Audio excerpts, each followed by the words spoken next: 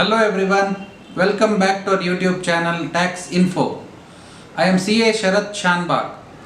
In this video, we are going to deal with income taxes both new regime and old regime.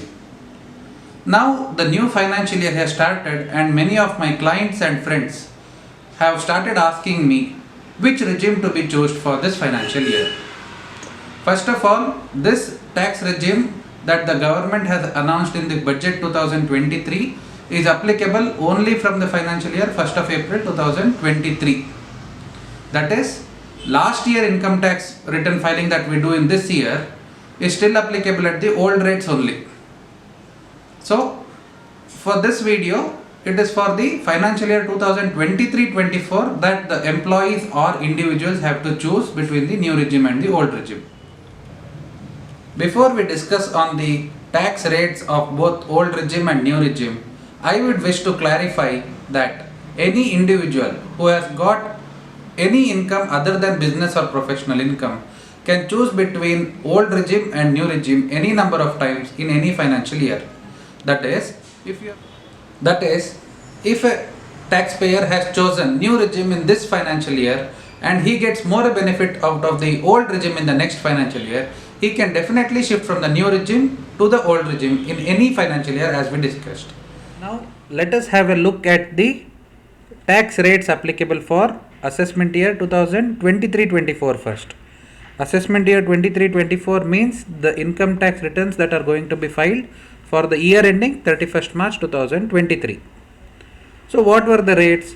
For the old regime, it was only 4 slabs, making it very easy for the people to understand, which was up to 2.5 lakhs it was no tax, 2.5 to 5 lakh being at 5%, 5 to 10 lakhs at 20%, and above 10 lakhs at 30%.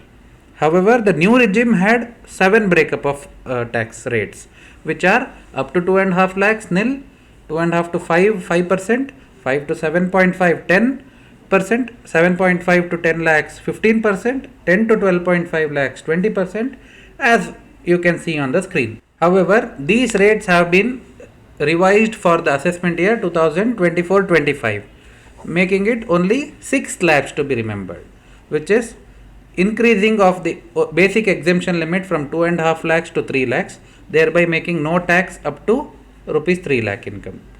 So income goes above 3 lakh and it is up to 6 lakhs, then you are taxed at 5%.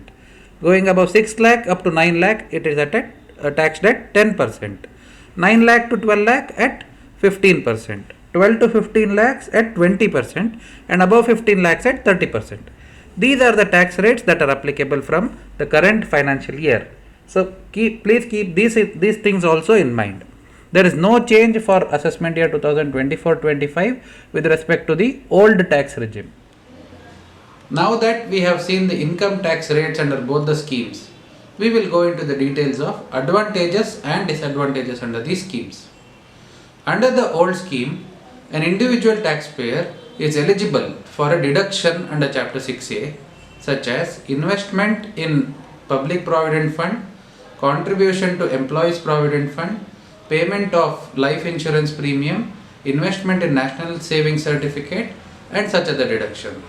Also, payment of medical insurance for himself or for the family, such as parents or his dependents, would also be available as a deduction.